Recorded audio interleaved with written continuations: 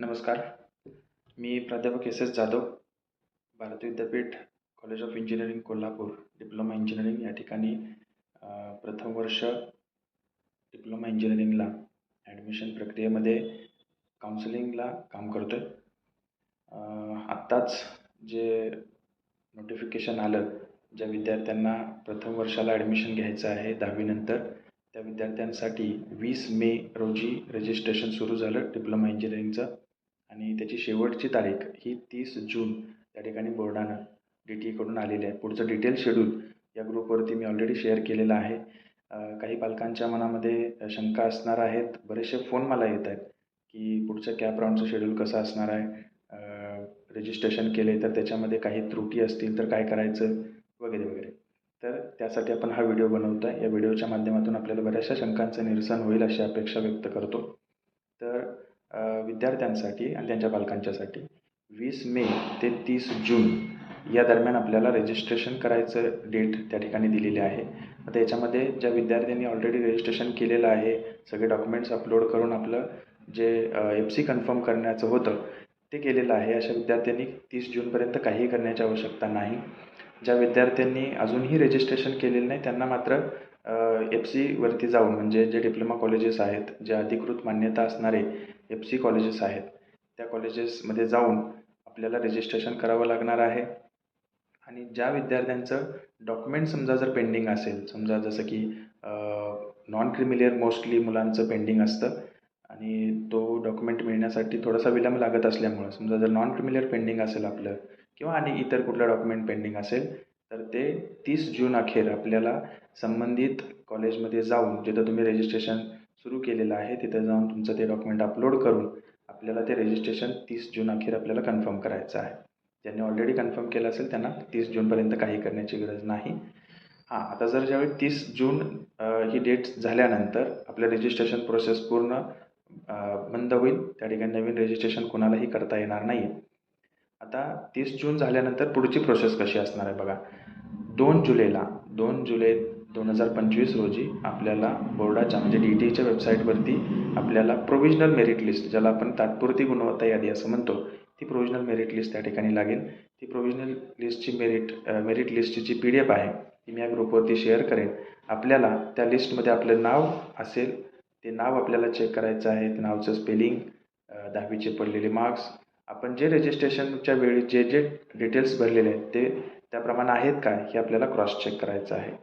आता हे cross check केल्यानंतर आपल्याला काही करण्याची गरज नाही आहे. परंतु काही विद्यार्थी असे असतील ज्यांना काहीतरी त्याच्यामध्ये त्रुटी असतील, जसं की 10वीचे मार्क्स म्हणा किंवा कास्ट जी मेन्शन केलेली आहे त्याच्यामध्ये काही त्रुटी असतील किंवा आणि इतर काही त्रुटी जर असतील तर त्या आपल्याला दुरुस्त करण्यासाठी बोर्डानं 3, 4, 5 अशा जुलै 2025 म्हणजे 3, 4, 5 जी तारीख आहे त्या 3 दिवसामध्ये आपल्याला या त्रुटीवरती काम करण्यासाठी आपल्याला ते दिलेले आहेत. तर ज्यांच्या त्रुटी असतील त्यांनी त्या संबंधित FCवरती, जिथं तुम्ही रजिस्ट्रेशन केलेलं आहे तिथं जाऊन त्या कॉलेजवरती त्याच्यामध्ये आपल्याला बदल जर करायचा असेल तर तो तिथं करून घ्यायचा आहे त्या 3 दिवसांमध्ये. आता 5 जुलै डेट संपेल. ज्यांच्या याच्यामध्ये काही त्रुटी नसणार आहेत त्यांनी काही करण्याची आवश्यकता नाही. आता 5 जुलै डेट ज्यावेळी संपेल त्यावेळी 6 जुलैचा एक दिवस मध्ये रिकामा ठेवलेला आहे. 7 जुलैला फायनल मेरिट लिस्ट त्याप्रमाणे लागेल. ज्यांनी बदल त्या ठिकाणी केलेला आहे, त्रुटीवरती काम करून आपल्याला नवीन जी गुणवत्ता यादी आहे, ज्याला आपण फायनल मेरिट लिस्ट असं म्हणतो, ती मेरिट लिस्ट आपल्याला बोर्डाच्या वेबसाईटवरती दिसणार आहे.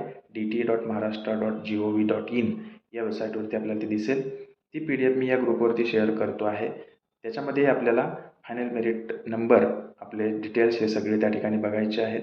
ही फायनल मेरिट लिस्ट आपल्याला 7 जुलैला सायंकाळी 5 वाजेपर्यंत आपल्याला ती बघायला मिळणार आहे. आता 7 जुलैची मेरिट लिस्ट बघितल्यानंतर 8, 9 आणि 10 हे 3 दिवस आपल्याला ऑप्शन फॉर्म भरण्यासाठी आहेत. ऑप्शन फॉर्म म्हणजे काय, तर तुम्ही तुमचे विकल्प नोंदवत असता, म्हणजे तुम्हाला पाहिजे असणारं कॉलेज, पाहिजे असणारी ब्रँच, या ब्रँचेसची नावं त्या ठिकाणी तुम्ही ऑनलाईन फिलअप करता. आता हे तुम्ही कुठं फिलअप करू शकता, तर तुम्ही अगदी मोबाईलवरती सुद्धा फिलअप करू शकता. तुम्हाला नेट कॅफेत जाऊन फिलअप करता येतात. ज्या FC म्हणजे FC फॅसिलिटेशन सेंटरवरती तुम्ही जाऊन फॉर्म भरलेला आहे त्या कॉलेजमध्ये जाऊन करू शकता. तर माझं असं मत आहे शक्यतो तुम्ही ज्या फॅसिलिटेशन सेंटरवरती किंवा जवळचं जे तुमचं कॉलेज आहे जिथे तुम्हाला ॲडमिशन पाहिजे आहे अशा ठिकाणी जाऊन तुम्ही तुमचे विकल्प नोंदवणं म्हणजेच ऑप्शन फॉर्म भरणं त्या ठिकाणी चांगलं असेल. तुमचं काउन्सिलिंग करून तुम्हाला ते ऑप्शन फॉर्म त्या ठिकाणी भरावा असं या ठिकाणी मी आपणास आवाहन करतो. तर 8, 9 आणि 10 या ग्रुपवरती मी ऑलरेडी शेड्यूल पाठवलेलं आहे. तर ह्या 8, 9, 10 या ज्या 3 तारखा आहेत या 3पैकी कुठल्याही दिवशी तुम्ही जाऊन कॉलेजवरती या. आमच्या इथं Bharati Vidyapeeth college of engineering diploma या ठिकाणी आपण याल. आपलं स्वागत असेल. आपलं काउन्सिलिंग करून आम्ही त्या ठिकाणी तुमचा ऑप्शन त्या ठिकाणी ऑनलाईन भरू. तर 10 तारीख झाल्यानंतर 11 तारखेचा एक मध्ये दिवस रिकामा असेल. 12 तारखेला 12 जुलैला आपल्याला त्या ठिकाणी जे कॉलेज मिळालेलं आहे अलॉटमेंट लिस्ट असं आपण म्हणतो त्याला, जे कॉलेज आपल्याला मिळेल ते ऑनलाईन आपल्याला दिसणार आहे. ते 12 जुलैला सायंकाळी 5 वाजता बोर्डाच्या वेबसाईटवरती ती यादी त्या ठिकाणी डिक्लेअर होऊन आपल्याला लॉग इन करून स्टुडंटचं लॉग इन करून जे आपले लॉग इन क्रिडेन्शियल्स आहेत, आपला DEN नंबर आणि आपली बर्थ डेट ज्यावेळी तुम्ही टाकाल त्यावेळी तुम्हाला तिथं एक पेज ओपन होईल. त्या ठिकाणी समजेल आपल्याला की कोणती ब्रँच मिळालेली आहे आणि आपलं कुठलं कॉलेज आपल्याला त्या ठिकाणी मिळालेलं आहे हे त्या याच्यामध्ये आपल्याला अलॉटमेंट लेटरमध्ये आपल्याला समजून येईल.